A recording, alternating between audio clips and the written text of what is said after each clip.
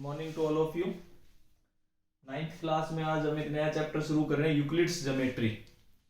Actual में ये आपको जो भी मॉड्यूल प्रोवाइड किए गए हैं उनमें एज सच ये चैप्टर मिलेगा नहीं, ठीक है। तो इसलिए जरूर आप ध्यान से, बहुत छोटा सा चैप्टर है, ठीक है। ये जरूर आपने नोट्स बनाने हैं इसी वीडियो से यूक्लिड ज्योमेट्री के बारे में, ठीक है। मॉड्यूल्स में नहीं मिलेगा, बाकी किसी भी बुक में देखोगे तो आपको ये चैप्टर मिल जाएगा, एनसीईआरटी में भी मिलेगा और कोई भी टेक्स्ट बुक है उसमें आपको यूक्लिड ज्योमेट्री मिलेगा।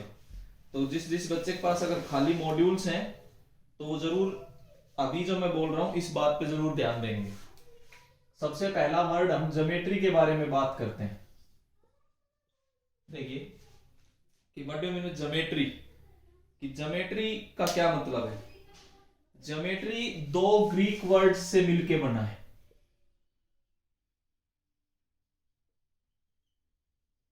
दो ग्रीक वर्ड्स से मिलके आपका एक ज्योमेट्री बना है और दो ग्रीक वर्ड्स हैं जियो और मैट्रिन।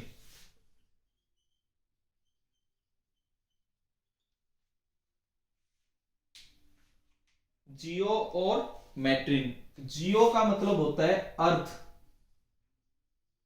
और मैट्रिन का मतलब मेजरमेंट।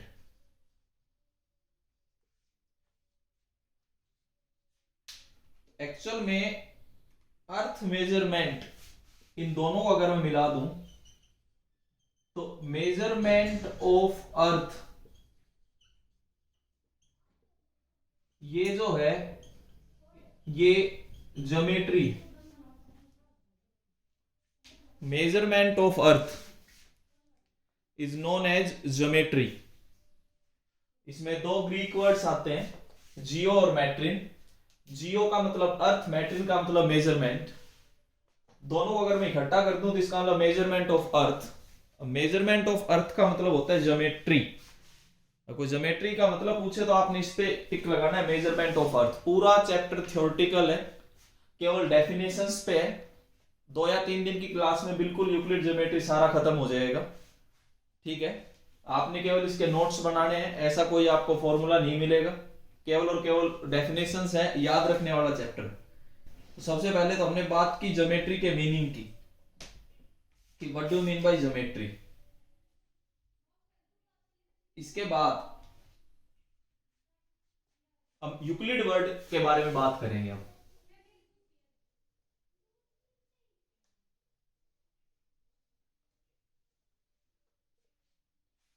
एक तो हमने बात की ज्योमेट्री की, अब हम बात करेंगे यूक्लिड की। यूक्लिड जो वर्ड यूज किया गया है यूक्लिड, ये एक ग्रीक मैथमेटिशियन थे।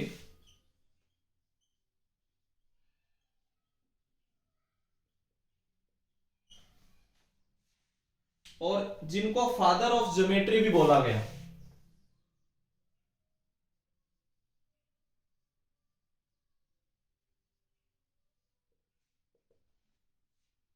यूक्लिड जो है वो एक ग्रीक मैथमेटिशियन है और जिनको फादर ऑफ ज्योमेट्री भी बोला गया है।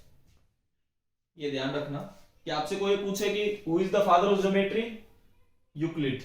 यूक्लिड कौन है? एक ग्रेट मैथमेटिशियन थे जिन्होंने सारा ज्योमेट्री के बारे में बेसिक बताया। ज्योमेट्री क्या चीज है? मेजरमेंट ऑफ अर्थ, उसको ज्योमेट्री का नाम दिया गया। अब अर्थ में कुछ भी हो सकता है, ट्राइंगल, सर्कल, ये सब, बोर्ड, रूम, ये सब किसका पार्ट है? अर्थ का पार्ट है। तो ट्राइंगुलर हो सकता है, रेक्टेंगुलर पार्ट हो सकता है, क्यूबॉइड हो सकता है, क्यूब हो सकता है, ये सब आपका ज्योमेट्री का पार्ट आता है। उनकी मेजरमेंट ही ज्योमेट्री कहलाती है। सबसे पहले किन्होंने बताया? यूक्लिड ने बताया, जो कि ग्रीक मैथमेटिशियन थे और जिनको फादर ऑफ ज्योमेट्री के नाम से जाना जाता है। अगर आप प्लेन फिगर्स की बात करें, प्लेन फिगर्स मतलब सर्कल, आपने पढ़ा होगा 8th क्लास में कि प्लेन फिगर्स क्या है? सर्कल हैं जो 2D, 2 डायमेंशनल में बात करते हैं। ये रूम है, ये तो 3 डायमेंशनल। तो 2 डायमेंशनल में अगर हम बात करें और ज्योमेट्री ऑफ प्लेन फिगर्स की अगर हम बात करें,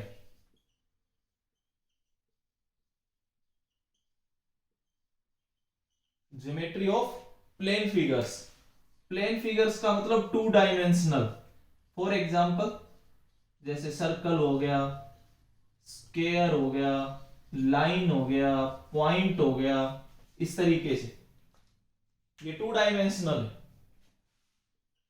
ज्योमेट्री ऑफ प्लेन फिगर्स को यूक्लिडियन ज्योमेट्री का नाम दिया गया।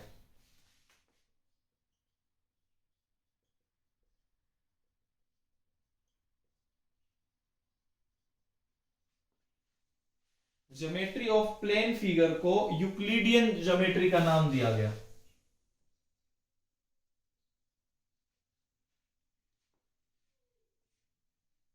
कि प्लेन फिगर्स की ज्योमेट्री यूक्लिडियन ज्योमेट्री के नाम से जानी जाएगी। यूक्लिड कौन है? फादर ऑफ ज्योमेट्री, जिन्होंने ज्योमेट्री के बारे में बताया। सब कुछ आप नोट करते चलेंगे, सारा थ्योरेटिकल चैप्टर है यूक्लिड ज्योमेट्री। देखिए कुछ भी पूछा जा सकता है इसमें 1-2 नंबर में।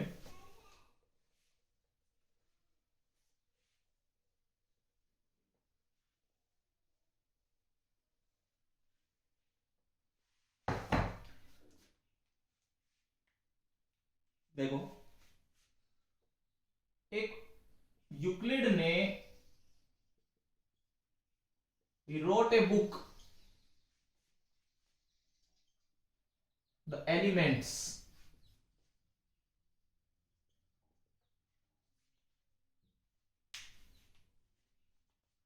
contains 13 chapters, इसमें 13 चैप्टर्स हैं। यूक्लिड ने एक बुक लिखी एलिमेंट्स, जिसमें 13 चैप्टर्स हैं।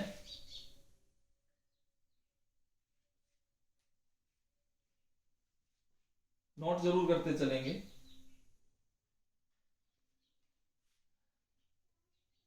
He wrote 23 definitions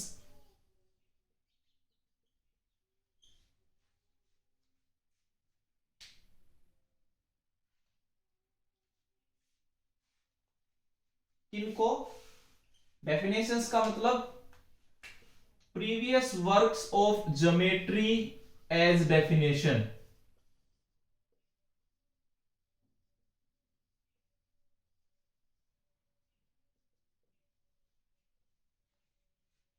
ज्योमेट्री के पुराने काम को जो इन्होंने किया, उनको इन्होंने अपनी एक बुक में द एलिमेंट्स में, जिसके 13 चैप्टर्स थे, उसमें पिछले कुछ काम को इन्होंने ज्योमेट्री के रिगार्डिंग एज ए डेफिनेशन उनको लिखा, और उन्होंने 23 डेफिनेशंस लिखी। 23 में से सम ऑफ देम आर, कैसे? जैसे कुछ मैं लिख के दिखा रहा हूं आपको कि क्या क्या उन्होंने बताया अपनी इस बुक में। पहला, a point is that which has no part,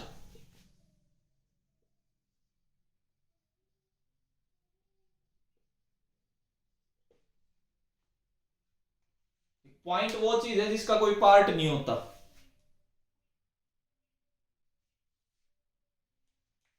second, उन्होंने एक लाइन के बारे में बात लिखी। ए लाइन इज ए ब्रेडथलेस, उसकी कोई ब्रेड्थ नहीं होती, and has length only,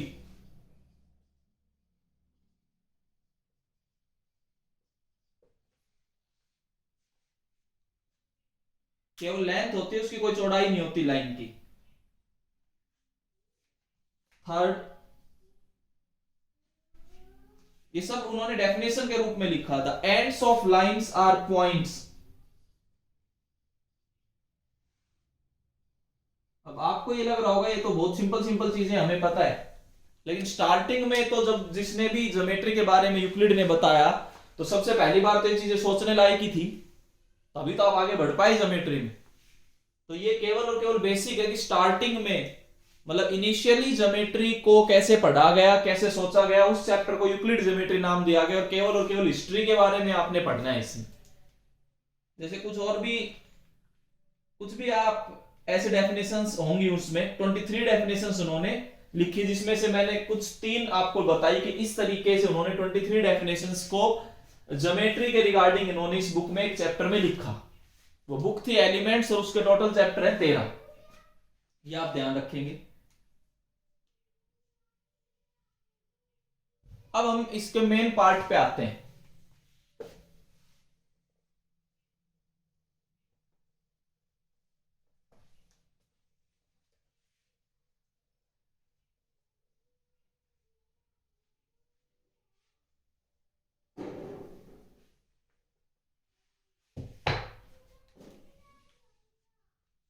Euclid ने क्या किया?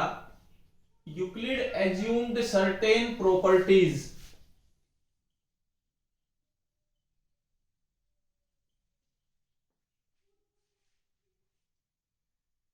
which are not to be proved.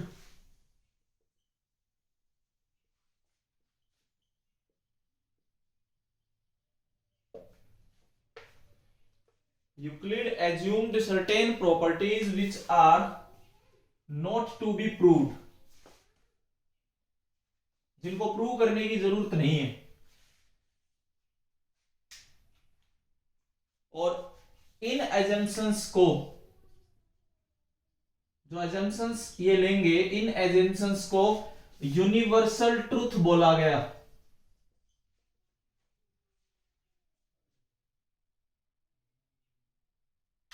और इन यूनिवर्सल ट्रूथ को 2 पार्ट्स में डिवाइड किया गया, एक एक्सियोम्स, एक पोस्टुलेट्स।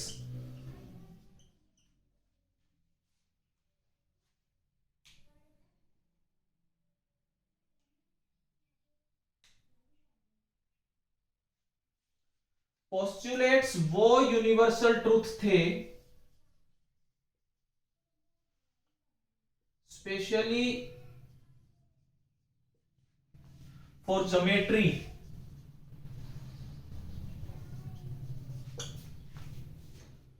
और ये ऑल जनरल यूनिवर्सल ट्रूथ्स, जिनको एक्सियोम बोला गया।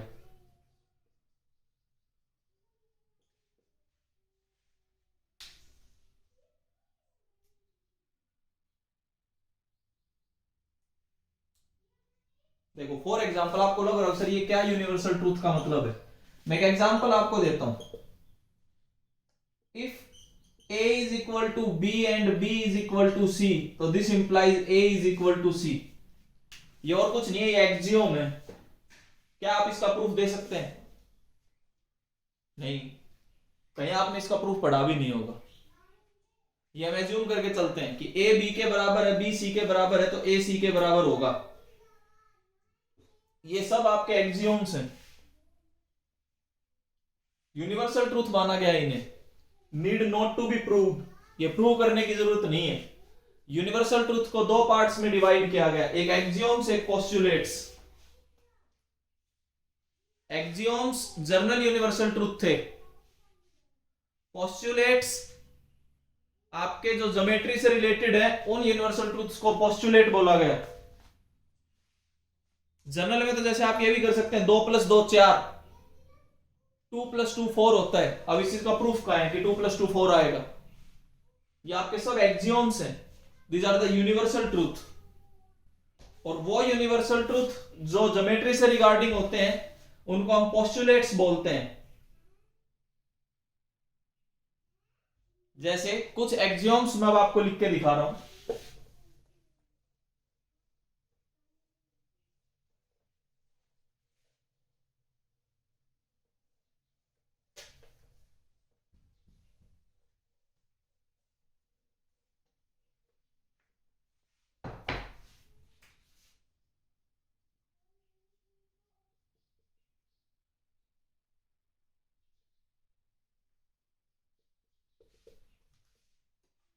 कुछ एक्सियोम्स मैं आपको लिख के दिखा रहा हूं।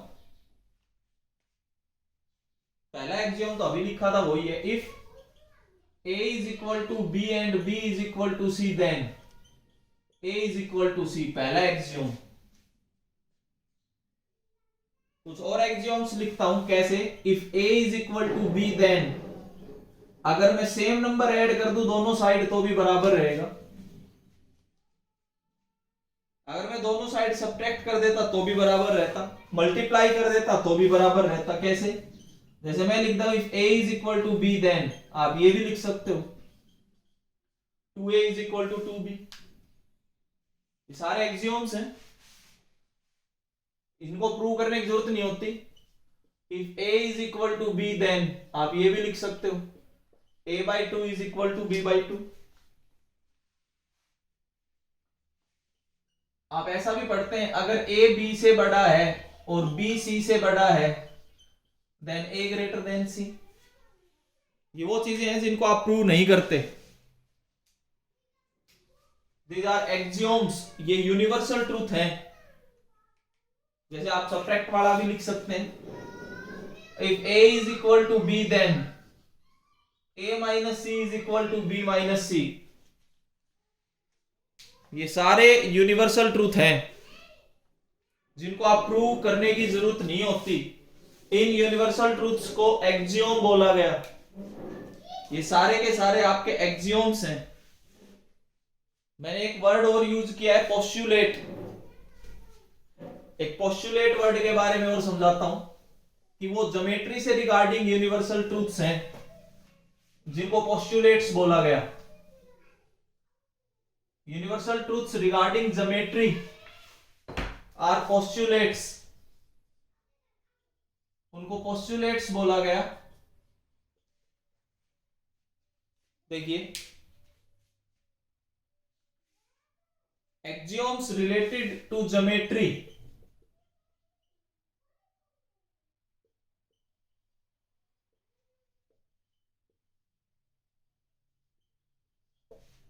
ज्योमेट्री से रिलेटेड एक्सियोम्स को पोस्टुलेट बोला गया। पहला, जैसे a straight line may be drawn from one point to another.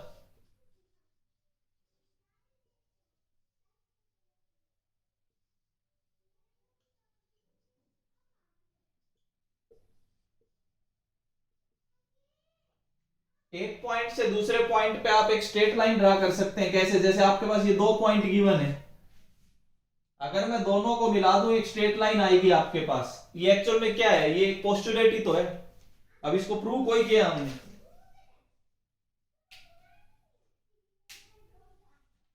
जैसे ज्योमेट्री से रिगार्डिंग में एक और लिखूं, a circle can be drawn with any centre and any radius. A circle can be drawn with any center and any radius। किसी भी centre या किसी रेडियस से आप सर्कल ड्रा कर सकते हैं। आपको सेंटर पता हो, रेडियस पता हो तो आपके पास सर्कल आ जाता है। अगर आपको सेंटर पता हो, रेडियस पता हो, आप दूसरा सर्कल ड्रा कर सकते हैं।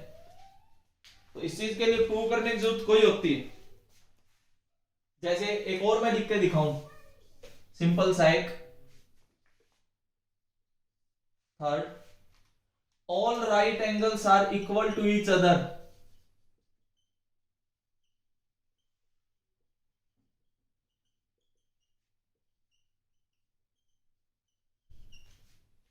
भाई सारे के सारे राइट एंगल आप 90 डिग्री लिखते हैं, सारे बराबर ही तो हैं।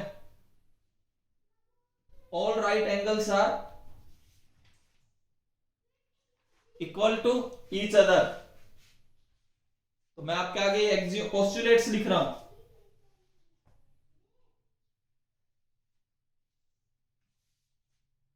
तीन पोस्टुलेट्स मैंने अभी लिखे हुए हैं, तीनों आप नोट कर लेना।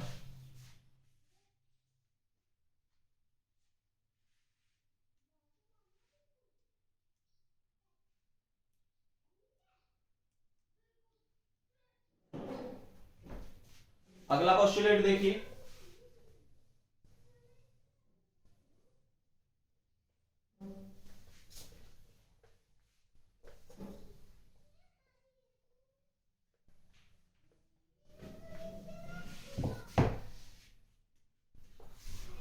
fourth, a terminated line can be produced indefinitely। A terminated line can be produced indefinitely. Terminated line can be produced indefinitely. ये एक टर्मिनेटेड लाइन है ए बी, इसको आप कितना भी आगे बढ़ा सकते हैं ऐसे। ये एक और पोस्टुलेट है, एक और लिखेंगे हम फिफ्थ, ये इंपॉर्टेंट है, ध्यान रखना। पोस्टुलेट नंबर जो मैं 5 लिख रहा हूं,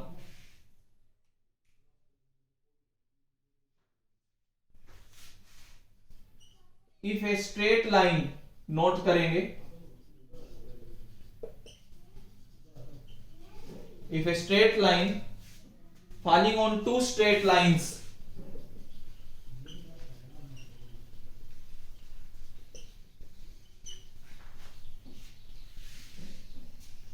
makes the interior angles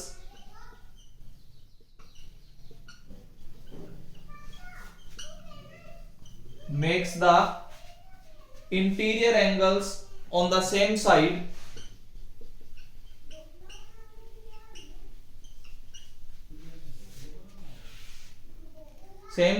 of it।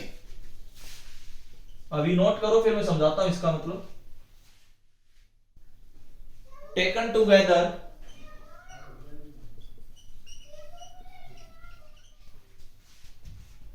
less than two right angles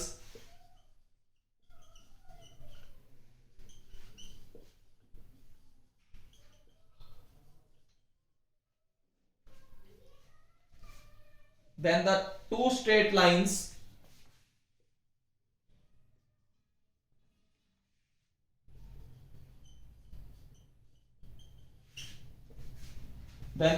straight lines if produced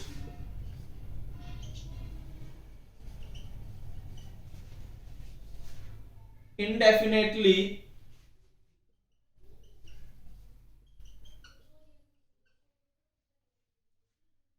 meet on that side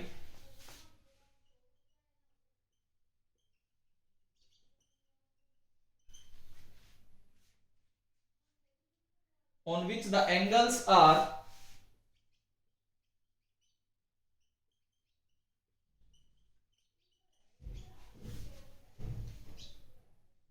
less than two right angles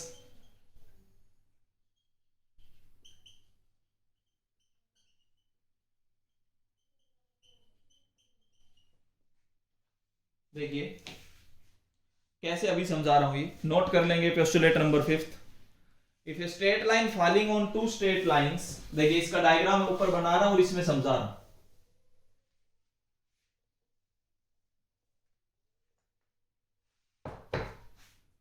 दो आपने स्ट्रेट लाइन ले रखी हैं,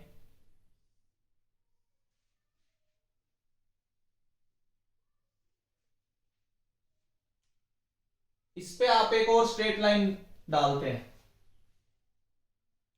अब आपको 4 एंगल नजर आ रहे होंगे, 1 2 3 4। अब इस लाइन को मैं दोनों साइड आपको बढ़ा के दिखाता हूं। इस साइड भी अगर आप लाइन बढ़ाएं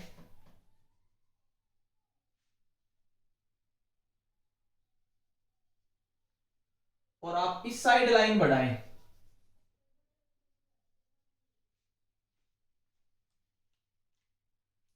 अगर आप ध्यान देंगे इस साइड जो दो एंगल्स का सम है वो ग्रेटर देन 180 डिग्री है,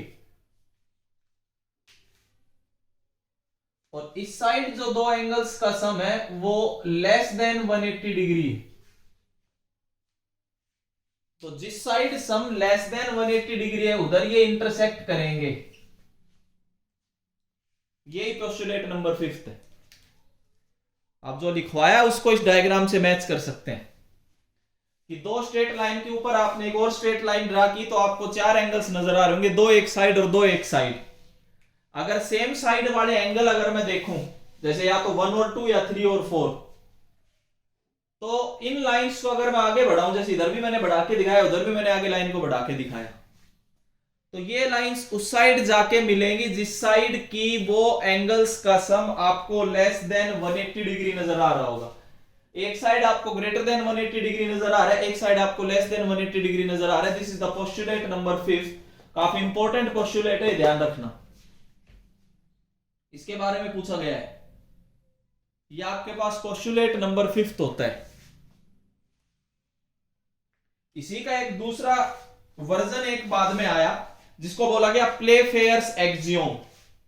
पोस्टुलेट नंबर 5 से रिगार्डिंग एक और इसी को थोड़ा सा घुमा फिरा के लिख दिया, उसको एक नया नाम दे दिया गया। ये तो पोस्टुलेट नंबर 5 है, ठीक है, तो इसको जरूर आपने दिमाग में रखना है विद डायग्राम। अब मैं बात करता हूं, इसी के बारे में बात करेंगे, थोड़ा सा घुमा फिरा के इसके बारे में क्या दिया गया। ये सब चीजें पूछी जाती है पेपर में, फाइनल पेपर में, 9th की फाइनल पेपर में 1 या 2 नंबर 3 नंबर ऐसा कुछ पूछ सकते हैं। Equivalent version of Euclid 5th postulate. Equivalent version of 5th postulate. 5th postulate का इक्विवेलेंट वर्जन सुनना।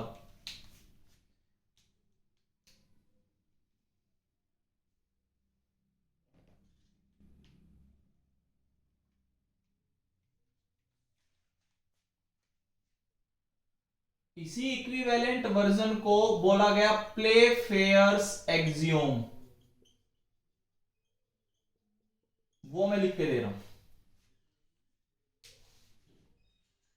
इसी इक्विवेलेंट वर्जन को प्लेफेयर्स एक्सियोम बोला गया, वो और लिख लेता हूं।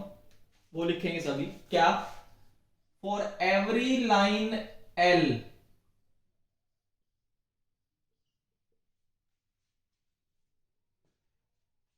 and for every point P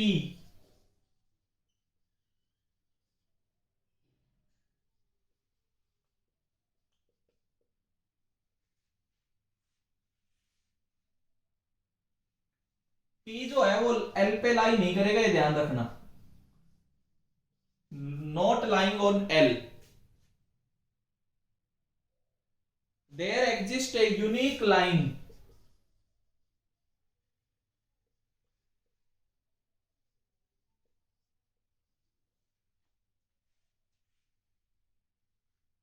M passing through P and parallel to L।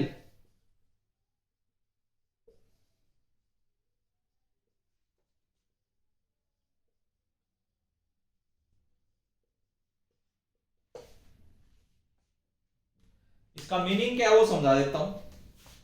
एक लाइन आपने L ली और एक पॉइंट आपने लिया P।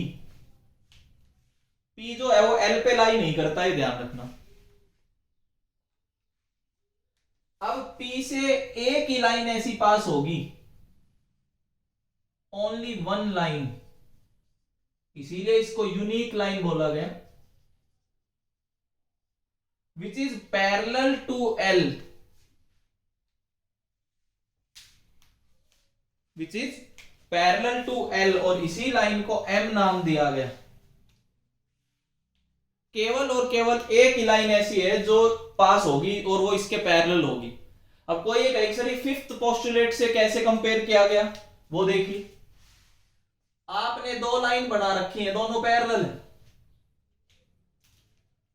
पैरेलल पे आपने एक तीसरी लाइन ड्रा कर दी, 1 और 2 एंगल, 3 और 4 एंगल। अगर आप इधर देखोगे तो भी 1 और 2 का सम 180 डिग्री नजर आएगा, इधर देखोगे तो भी 3 और 4 का सम आपको क्या नजर आएगा, 180 डिग्री। दोनों साइड आपको सम 180 नजर आ रहा होगा। अब उन्होंने तो पोस्टुलेट नंबर 5 में ये बोला था कि जिस साइड मिलेंगी ये लाइन, जिस साइड की एंगल्स का सम लेस देन 180 होगा। अब इसमें ना तो इधर लेस देन 180 ना इधर लेस देन 180, तो इसीलिए इसको एक दूसरा इक्विवेलेंट वर्जन दिया गया है इसका, कि जरूरी नहीं है कि वो लाइन मिले। ऐसा भी तो केस हो सकता है कि दोनों साइड 180 डिग्री सम आ जाए, तो ऐसे केस में वो लाइन पैरेलल होंगी, लेकिन केवल एक ही ऐसा केस मिलेगा। इस लाइन के केवल एक ही लाइन ऐसी पैरेलल मिलेगी जो फिक्स्ड पॉइंट P से पास होती हो। हाँ, ऐसे तो बहुत सी पैरेलल लाइन ड्रा कर सकते हो, लेकिन वो किससे पास नहीं हो रही होंगी? पी से। पी से पास होने वाली लाइन केवल एक मिलेगी, जो कि इसके पैरेलल मिलेगी। इसको बोल दिया गया प्लेफेयर्स एक्सियोम। ऐसे प्लेफेयर्स एक्सियोम भी पूछे जाते हैं। देखिए, आज की क्लास में मैंने यूक्लिड ज्योमेट्री के बारे में थोड़ा बहुत समझाने की कोशिश की है। इसे आगे हम अपनी नेक्स्ट वीडियो में डिस्कस करेंगे। Thank you.